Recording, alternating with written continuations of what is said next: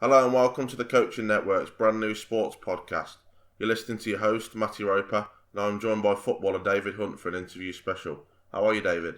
Yes, good, thank you. Thanks for having me on. No worries. Just starting off with your youth career, really. Obviously, started out at Crystal Palace. How did the opportunity come about? Interestingly enough, it was coming from playing Sunday League. So I was playing Sunday League football for a local team where I lived, Amersham Town Football Club.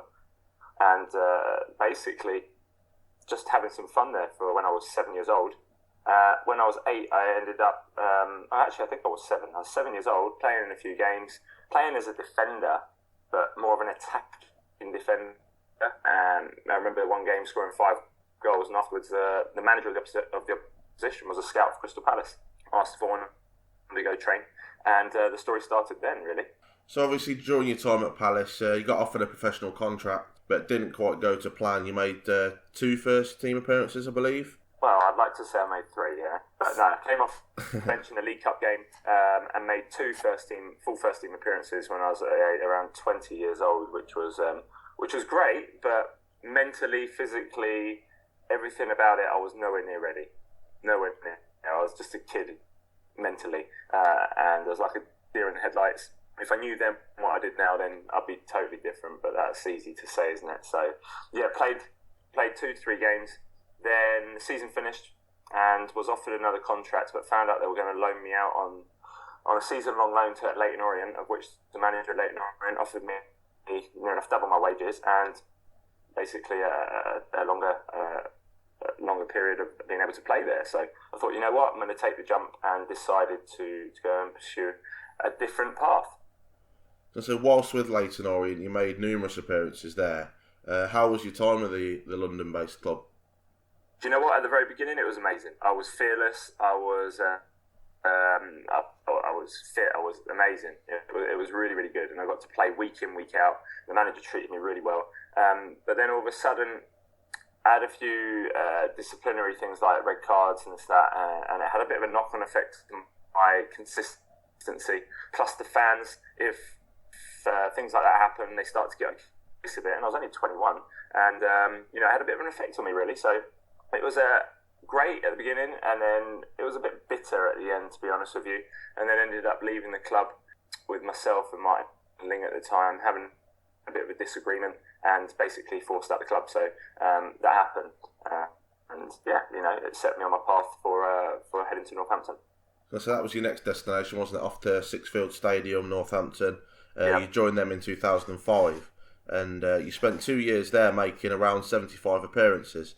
What attracted you to play for the Cobblers then? Well, basically, I was told I was stay at Leyton Orient and train with the youth team, or I had to leave. So, and that was all in the day of the deadline. So I went up to Boston to go meet Steve Evans, of which at the time we didn't really see eye to eye, which was interesting because we'd later on in life come around and meet each other again. So as I was there and basically on the phone to my missus in the car park saying, I don't know what to do here, like, he's trying to get me to sign here, and I really don't want to. As I got in the car heading back down, not making the decision, I get a phone call from Colin Coldwood, who then said they would love for me to go there, which was amazing. It made me feel really, really special. Went there for the last third of the season, of which they got into the playoffs. I didn't really make a load of appearances, but I played my part. But unfortunately, they didn't make it any further than the playoffs. But then, as you saw, the following season, we went and won promotion. And so what did that feel like to win promotion? Obviously, a lot of players haven't felt that. How could you describe it? Yeah, crazy. I don't know. It's especially as it was the first one. I've had a few now, and I've been very fortunate. But when it's the first one, it was really, really special. My time at Northampton, on and off the pitch, was amazing. I loved it. Absolutely loved it. We had a real family knit with all the players and the partners and families. And there was just some sort of togetherness. We weren't an amazing team, but we had some great experienced pros there. And it was great. I managed to film it all as well, the final day, which was really special. So I bet that's kept away. Yeah, I've been lucky actually. I've filmed all of them, so I've got them all stored. Obviously, looking at Northampton Town nowadays, obviously won promotion to League One last season, ran away with League Two title. What did you make of that then? I was surprised because they had some financial of shoes at the beginning. But then I knew that the core of the players that they had there, they had an unbelievable amount of characters in the dressing room. Mark Richards, Nicky Adams, especially Mark Richards. We won promotion at Northampton, so he is Mr. Northampton, really. It was no surprise that he was leading the way. But yeah, it has definitely changed. And for the good, I think the club's on the up now. I remember them trying to get the stadium sorted at the time. The council were in the way, and now thankfully they've managed to get that. So hopefully they'll keep going up. You've played for a number of other Football League clubs, including Shrewsbury Town, Brentford and Oxford United, but you dropped out to non-league level not so long ago. How different is non-league football to professional football or Football League? It has its ups and downs, really. Non-league. When I went to Crawley in non-league, that was in the conference Premier, really. At the time, the standard wasn't too dissimilar to some of the teams in League Two. Like some of the elite league teams in League Two are far superior, but there's not a big gap. But then when you drop down to the Conference South, actually the standard last season had really improved to the season before. So yeah, it was an eye-opener. Obviously, there's a reason why players are in that league, and especially younger ones come up, and that's because it's not because physically, it's the decision making that they make. That's the biggest thing that I've noticed. So the decision making is the thing that people really need to focus on in the lower league. You've recently moved to Wealdstone after a long season at Margate. Are you looking forward to the new season? Yeah, I am. I really am. I met with Gordon. Obviously, myself and Scott McLeish, who's assistant there, played in one of the promotions at Northampton. We're very, very close. He's a winner. That's a massive thing for me, as is Gordon. And, they've got plans this year that they really want to try and achieve something. They feel like they've gone a bit stale recently, and they want to try and achieve something. So, you know what, we had a good chat, we bumped some ideas, we could relate with a lot of things. And I thought, you know what, I get a good vibe here. So they're in the same division as your old club Margate, like you said, the National League South. What are your personal ambitions for the season, and what are the club's ambitions? Personally, I want to win something. Personally, that's how I feel. I really do want to win something. I didn't last season at Margate really, really hit me for six because I was basically told things when I arrived and they weren't delivered really. So it was frustrating. I enjoyed it though because it was a challenge. But this year it's different. We're definitely not by far the big spenders in the league. That's for sure. So there's going to be a lot of other teams that are spending some money in that league now. But I would expect to see up around there, and Margate being one of them. Definitely. So there's big pressure on them, but then at the same time, there's pressure on us because I want to succeed, and so does the staff at the club, and they've got some great players there, which I've seen through the training. Have you been given a solid position yet? 'Cause obviously, you've predominantly played in midfield throughout your career, but you've also played further back in defence, like you mentioned earlier. Which position do you actually prefer to play in? I prefer centre midfield.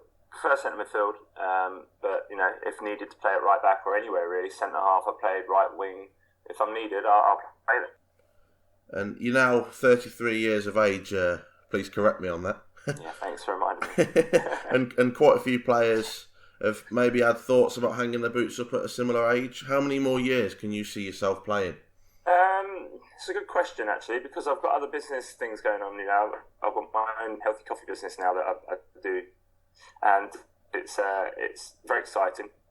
A lot of players when they come out of football, they go through either depression, broken relationships, bankruptcy, gambling, all these types of things because they haven't managed their finances well enough. It all stems down to finances, and also they kind of haven't been realistic with themselves to say that this is going to happen. It's happening soon.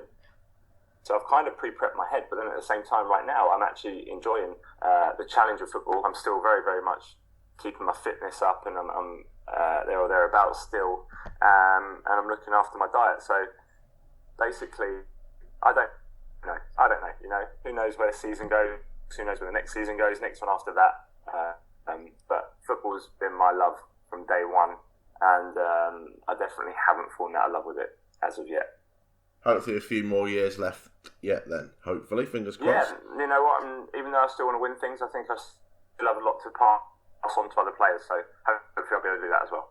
And that leads into my next question quite nicely. Once you finally hung up your playing boots, you interested in entering the world of football management and fancy yourself as the next Jose Mourinho, maybe?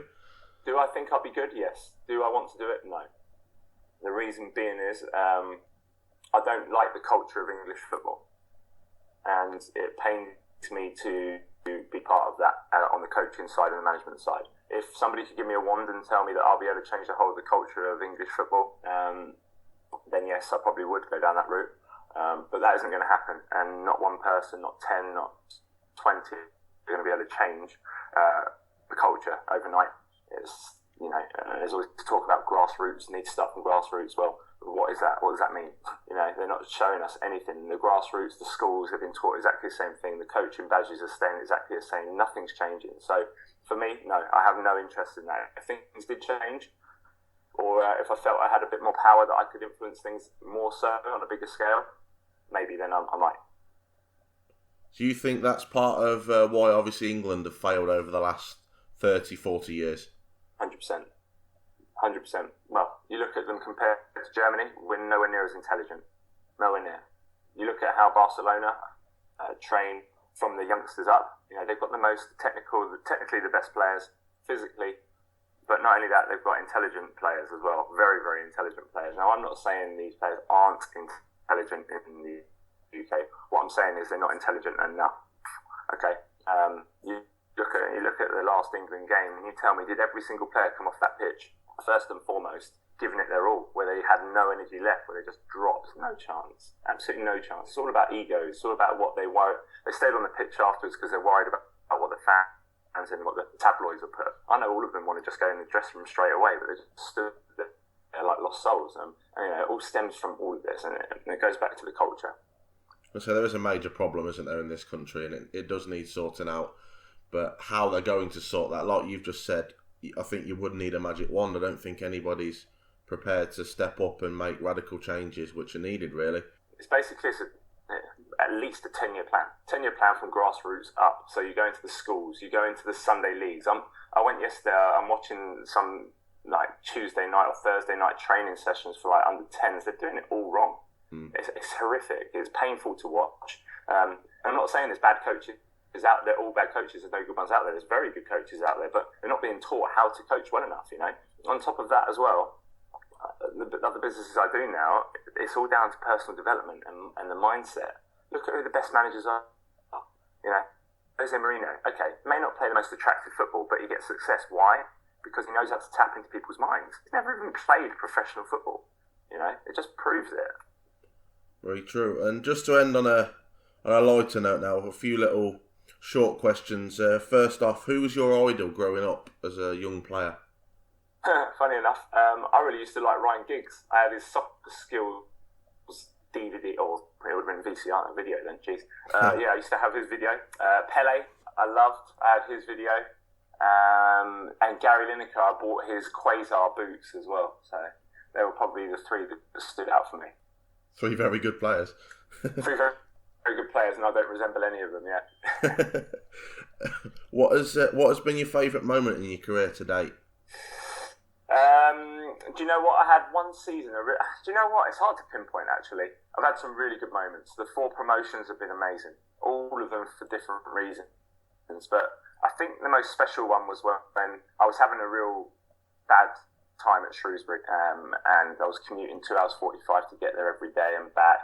And again, didn't really feel a connection at the club, and they weren't wanting me. I wasn't even in the squad. Halfway through the season, I signed for Brentford and come back to my London roots and home to me, made to feel very special and part of something special. We ended up winning the league, so that was a big achievement and something that was where you could be. And it just summed it up to me that football's unbelievable roller coaster ride. If you take your foot off the gas, or if things are out of your hands, you could be at your lowest low, but then just around the corner, you keep persevering and then you stay true to yourself, then there's good things around the corner. And that one season summed it up. It's a very good message to anyone who's listening and wants to get into the game. Don't give up, basically.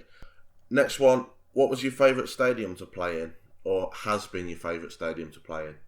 I've been fortunate to play in a lot of stadiums. New Newcastle Stadium was a great one for me because it was the first major stadium I played in. That was in the FA Youth Cup for Crystal Palace. But obviously the main one that stood out for me was Old Trafford when we played in the FA Cup. Because it was a full house, it was the occasion, it was live on TV, we done really well. So that one was, they can't take that one away from me. That's what dreams are made of, isn't it? I think every kid growing up dreams to play at those big stadiums. And yeah, I was playing in a big stadium, full house, fifth round of the FA Cup, live on TV. You couldn't really ask for much more than that for somebody that was playing in the lower leagues most of his career. And just finally, this is probably going to be quite difficult to answer, but if you had to pick a best player to play with and a best player that you've played against. Yeah, let me have a little think. So, best player to play against in the game that played against him, or actually as a player to be lucky to be on the same pitch as him, I'd say Wayne Rooney. And then in regards to best player I played with, there's been a lot of different types of players. That had different impacts on me. Sean Dyche, a no-nonsense defender, but what I loved about him, he was a winner, but not only that, all he did was encourage. And it made you feel special on the pitch. When he's a defender in your midfield and you've got that behind you, it made you feel so special. So there's no surprise he's been successful in the managerial side now.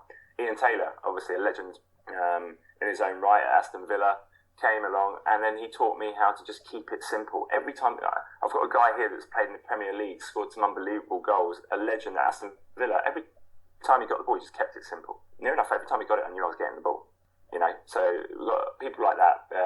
But then at the same time, I'm actually playing with a player right now, and considering all the players I've played with, who's called Danny Green, and